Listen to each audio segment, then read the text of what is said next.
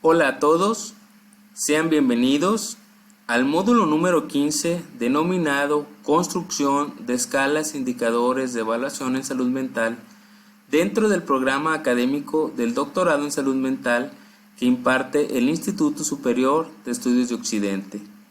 En esta ocasión estaremos revisando los temas del bloque número 4, el cual se denomina Confiabilidad y validez del instrumento, en donde el propósito de aprendizaje de este bloque es que al finalizar logres aprender los principales factores a tomar en consideración para la adecuada selección de una prueba y cuáles son los elementos que la validan. Para ello estaremos tocando 5 temas. El primer tema que estaremos abordando será el de confiabilidad interna y externa. También abordaremos lo que es la validez interna y externa, lo que es sensibilidad, lo que es especificidad, para qué nos sirven y finalmente cómo validamos las pruebas. El primer tema que estaremos viendo será el de confiabilidad interna y externa y definimos la confiabilidad, la cual puede ser enfocada como el grado de homogeneidad de los ítems del instrumento en relación con la característica que pretende medir. Una de las características técnicas que determinan la utilidad de los resultados de un instrumento de medición es su grado de reproducibilidad. Esta se refiere al hecho de que los resultados obtenidos con el instrumento en una determinada ocasión bajo ciertas condiciones deberían ser similares si volviéramos a medir el mismo rasgo en condiciones idénticas. Este aspecto de la exactitud con que un instrumento mide lo que se pretende medir es lo que se le denomina la confiabilidad de la medida. En este sentido, el término confiabilidad es equivalente a los de estabilidad y predictibilidad. Esta es la acepción que más comúnmente se le da a este término. Y tenemos la teoría clásica de la confiabilidad, que nos habla de los errores de medida y coeficiente de fiabilidad, en donde el coeficiente de fiabilidad, según la definición de formas paralelas de un test, si un test tuviera una fiabilidad perfecta, las puntuaciones obtenidas por un sujeto en dos formas paralelas del test deberían ser idénticas, y por lo tanto la correlación entre las puntuaciones de un grupo de sujetos en estas dos formas del test sería de 1, mientras que los errores de medida podemos definir al error de medida como la diferencia entre la puntuación empírica de un sujeto y la puntuación verdadera. El error de estimación de la puntuación se define como la diferencia entre la puntuación verdadera de un sujeto y su puntuación verdadera pronosticada mediante el modelo de la regresión. El error de sustitución se define como la diferencia entre las puntuaciones de un sujeto en dos formas paralelas de un test, o dicho de otra manera, el error que se comete al sustituir la puntuación de un sujeto por la puntuación obtenida en una forma paralela del mismo test. Finalmente, el error de predicción podemos definirlo como la diferencia entre la puntuación de un sujeto en un test y la puntuación pronosticada en este test a partir de una forma paralela. Sería el error que cometeríamos si sustituyéramos la puntuación de un sujeto en un test con la puntuación pronosticada a partir de una forma paralela de este test.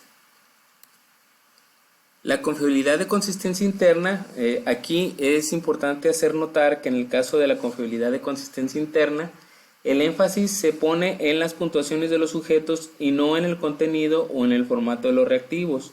Por lo tanto, si los ítems del instrumento correlacionan positivamente entre sí, este será homogéneo independientemente del tipo de contenido que sea utilizado. Por el contrario, la prueba será heterogénea si los reactivos no tienen una correlación positiva entre sí, aun cuando aparentemente estén midiendo el mismo rasgo. El tema número 2 es el validez interna y externa, en donde podemos definir la validez como el grado en el que la evidencia empírica y la teoría apoyan la interpretación de las puntuaciones de los test relacionadas con un uso específico. Y aquí nos surge la pregunta de cómo comprobar la validez. Y aquí hablamos de, como ustedes ya pudieron apreciar en lo que es la definición, se concibe la validez como un concepto unitario y para comprobar la validez se debe atender a 5 evidencias. Primero es el contenido de los tests, en donde los ítems que constituyen los tests son relevantes y representativos del constructo psicológico que se desea medir. El proceso de respuesta es el proceso que siguen las personas al contestar el test y permite extraer respuestas indicadoras de lo que se quiere evaluar. La estructura interna son las relaciones de los ítems entre sí, deben de ser congruentes con el modelo teórico empleado a la hora de definir el constructo que evaluar. La relación con otras variables nos habla de las relaciones que se establecen entre el constructo que se evalúa y otros constructos que son las esperadas según el marco teórico en el que se haya definido el constructo que evaluar. Y finalmente, las consecuencias de la aplicación del cuestionario, pues hablamos de las consecuencias tanto positivas como negativas que se extraen al emplear un test que cuando nosotros ya lo tenemos previsto.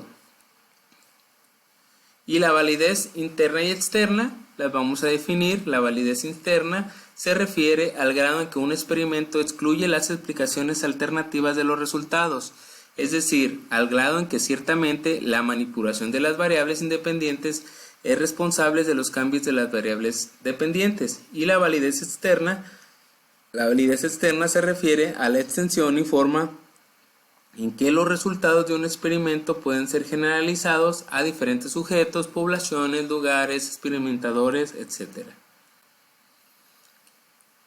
Tanto la sensibilidad como especificidad van de la mano y nos van a ayudar a poder definir si una prueba es confiable o no confiable para poder diagnosticar o dejar de lado esa enfermedad.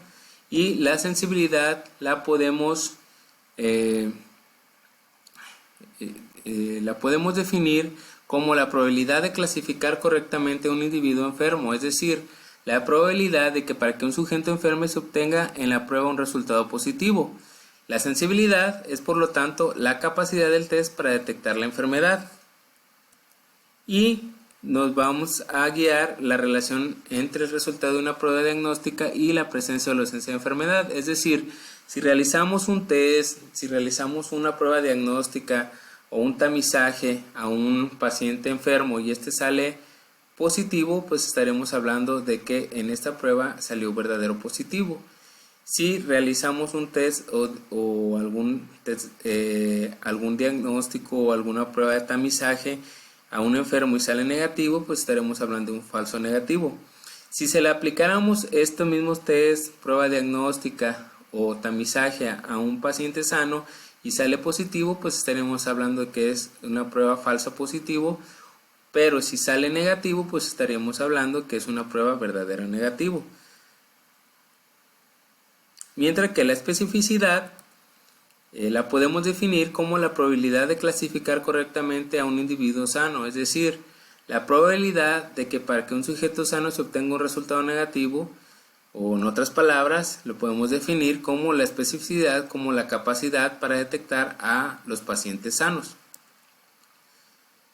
Y podemos decir que la sensibilidad como la especificidad proporcionan información acerca de la probabilidad de obtener un resultado concreto, ya sea positivo o negativo, en función de la verdadera condición del enfermo con respecto a la enfermedad. Sin embargo, cuando un paciente se realiza alguna prueba, el profesional de la salud carece de información a priori acerca de su verdadero diagnóstico y más bien la pregunta se plantea en sentido contrario. Ante un resultado positivo en la prueba, ¿cuál es la probabilidad de que el paciente esté realmente enfermo? Así pues, resulta obvio que hasta el momento solo hemos abordado el problema en una dirección. Por medio de los valores predictivos complementaríamos esa información. Para ello vamos a tener un valor predictivo positivo que lo podemos definir como la probabilidad de padecer la enfermedad si se tiene un resultado positivo en el test. O un valor predictivo negativo es cuando la probabilidad de que un sujeto con resultado negativo en la prueba esté sano. Estas proporciones son parámetros inherentes a la prueba diagnóstica en términos generales, menos dependientes de la prevalencia de la enfermedad. Como se puede inferir, tanto en la definición de sensibilidad como de especificidad, la orientación de estos parámetros es en el sentido opuesto del razonamiento de la toma de decisión clínica y por ende su información no es necesariamente útil para el caso a caso. La utilidad de los parámetros de sensibilidad y especificidad dependen en gran medida del escenario en que se apliquen. Por ejemplo, la citología cervicuterina convencional es una prueba de tamizaje o screening para la detección del cáncer de cuello uterino y tiene muy alta especificidad, pero tiene una baja sensibilidad. En este tipo de tamizaje de cáncer en población sana, al ser una enfermedad de baja prevalencia, se busca una muy alta especificidad, ya que se pretende evitar los falsos positivos, en cuyo caso sus estudios proseguirían con exámenes más costosos e invasivos. Por otra parte, si el objetivo de una prueba de tamizaje es evitar la transmisión de una enfermedad prevenible, se optimizará la sensibilidad. Para entender mejor los conceptos de sensibilidad y especificidad, les voy a dejar este video para que sea más gráfico lo que queremos medir con sensibilidad, especificidad, valor predictivo positivo y valor predictivo negativo.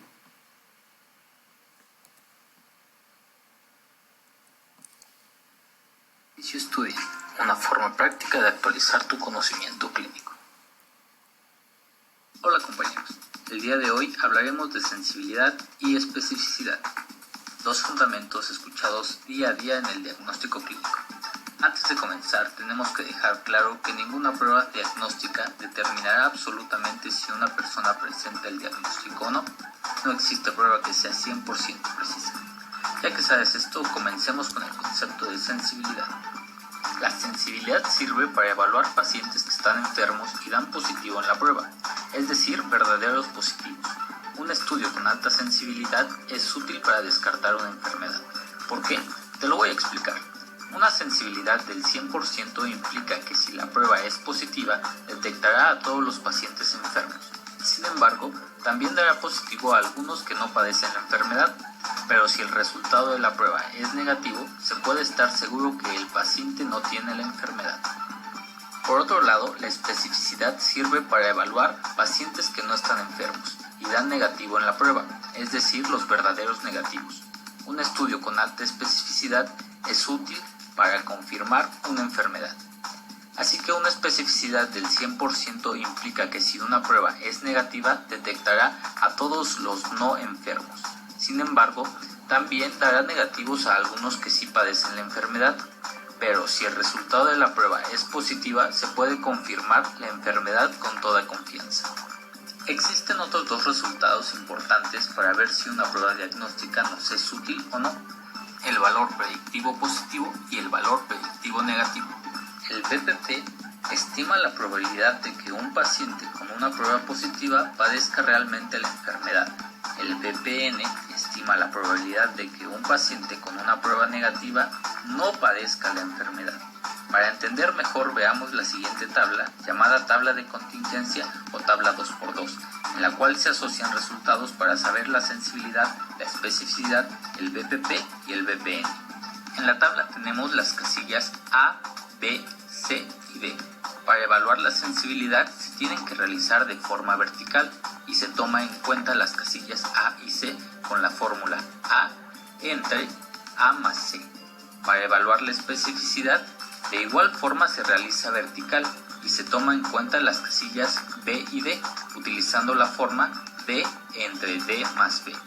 Para calcular el BPP se toman en cuenta las pruebas que salieron positivas y se realizan de manera horizontal, utilizando las casillas A y B con la fórmula D entre D más B. Y para calcular el BPN se toman en cuenta las pruebas que salieron negativas. De igual forma se realiza de manera horizontal y se utilizan las casillas C y D utilizando la fórmula D entre C más D. Para tenerlo más claro, vamos al siguiente ejemplo. Tenemos un total de 1000 pacientes que se les realizó una prueba para diagnóstico de tendinopatía del bíceps braquial. De este ejemplo, para calcular la sensibilidad se realiza la siguiente operación en base a la fórmula descrita previamente. En este caso sería 350 entre 300 más 50. Da un resultado del 87.5% que si la prueba sale negativa nos funciona para descartar la tendinopatía del bíceps braquial. La especificidad se calcula de esta forma: 500 entre 500 más 100, que da un resultado del 83.3% que si la prueba sale positiva nos sirve para confirmar la tendinopatía del bíceps braquial. Ahora, para calcular el BPP se utilizan las siguientes operaciones en base a la fórmula descrita previamente. 100 entre 100 más 350 nos da un resultado del 0.22%, que es el porcentaje de pacientes que presentan tendinopatía del bíceps braquial y que salieron con la prueba positiva. Y para el BPN se utiliza 500 entre 500 más 50, que da un resultado del 90.9%, que es el número de pacientes que no presentan la patología y salieron con prueba negativa. La información proporcionada en este video fue extraída del libro Netter, Exploración Clínica en Ortopedia, un enfoque basado en la evidencia de Joshua Pyle. Así pues, chicos, espero que haya quedado claro. Pasamos al siguiente tema, que es la prueba de validación, en donde estaremos hablando de la exactitud. Y pues como ustedes pueden ver en lo que es la gráfica, pues existen diferentes maneras de determinar la exactitud y las siguientes son las más frecuentes en la literatura y pueden ser utilizados en todos los tipos de análisis, como es la adición estándar, que puede ser con placebo o con muestra, y la comparación con un método oficial. Si hablamos de la comparación con un método oficial, validando la muestra debe ser analizada utilizando el método a validar y un segundo método bien caracterizado, el cual debe tener una exactitud bien definida y establecida. La adición estándar se puede llevar a cabo de dos maneras diferentes: con placebo, donde se utiliza una mezcla preparada en el laboratorio de todos los componentes de la matriz de la muestra sin el principio activo a determinar. Luego el placebo se enriquece con estándar con muestra. Cuando no es posible contar con un placebo, se determina por replicado el contenido promedio del analito en la muestra del método a validar. Una vez conocido el contenido promedio, se produce a enriquecer la muestra con un contenido estándar. También estaremos hablando de lo que es la precisión y podemos tener diferentes formas de evaluar la precisión, como la repetibilidad, la precisión intermedia y la reproducibilidad. En términos generales, la precisión debe determinarse analizando un número suficiente de alicuotas que permitan calcular estadísticamente la desviación estándar y la desviación estándar relativa. Y finalmente estaremos hablando de la linealidad del intervalo, donde el comportamiento lineal es un método que debe ser demostrado dentro del intervalo en el cual es probable que se trabaje. Este intervalo varía dependiendo del tipo de determinación a realizar y por esta razón se establecen los intervalos dentro de los cuales deben llevarse a cabo las pruebas para cada análisis. Así pues, damos por terminado esta introducción al módulo número 15 del bloque 4. Para su mejor conocimiento es importante que puedan revisar los temas a través de la bibliografía que estamos dejando en la plataforma que nos ofrece el Instituto Superior de Estudios de Occidente. Nos estaremos viendo.